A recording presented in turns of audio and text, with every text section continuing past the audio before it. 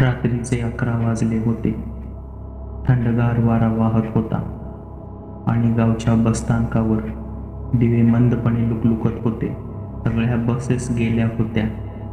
फक्त शेवटची बसस्थानकावर एकटीच उभी होती. राहुल नावाचा तरुण पुण्याहून आपल्या गावाकडे जात होता. दिवसभराच्या कामानंतर त्याला थकल्यासारखे वाटत होते.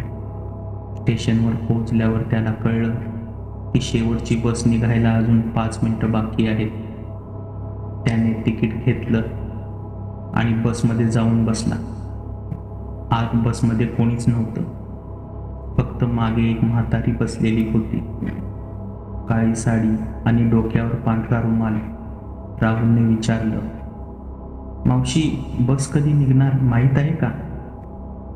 म्हातारी हळूच हसली, पण काही बोलली नाही. तिच्या हसण्यात काहीतरी भयानक शांतता होती. क्षणभरातच ड्रायव्हर आला, पण चेहरा पूर्ण अंधारात होता. त्याने काहीही न बोलता बस सुरू केली. बस हलकेच स्टेशनमधून बाहेर पडली. पहिल्या काही मिनिटात सगळं ठीक वाटत होतं. रस्त्यावर दिवे नव्हते.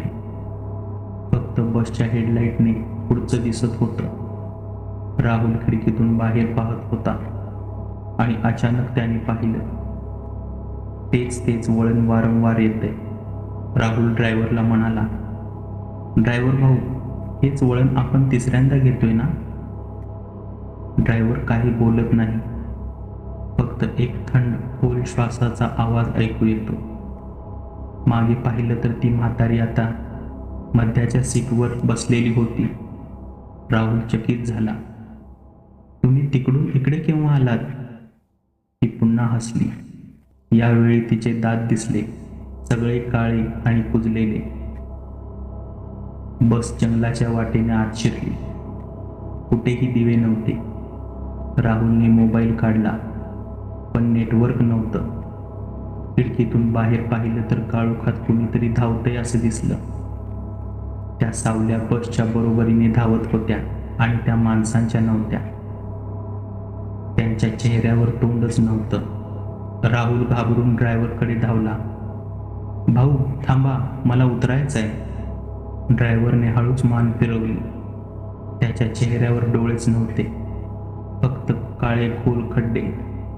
इथे उतरायचंय? इथे सगळे उतरलेत आधीच. त्याचा आवाज खडखडला. राहुल मागे पाहतो तर म्हातारी गायब, पण तिच्या जागी बसच्या सगळ्या सीटवर सावल्या बसलेल्या दिसतात, जणू मृत प्रवासी. बस अचानक थांबली. दरवाजे आपोआप उघडले. बाहेर फलक लावलेला, शेवटची स्मशानभूमी. राहुल मागे हटला आणि बसमधील सगळे लाईट बंद झाले. कुणीतरी त्याच्या खांद्यावर थंड हात ठेवला. तूही आता शेवटचा प्रवासी आहेस.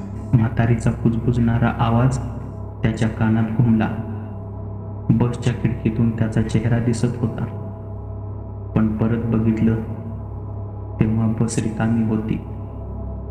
दुसऱ्या दिवशी सकाळी बस स्थानकावर पोलीस आले.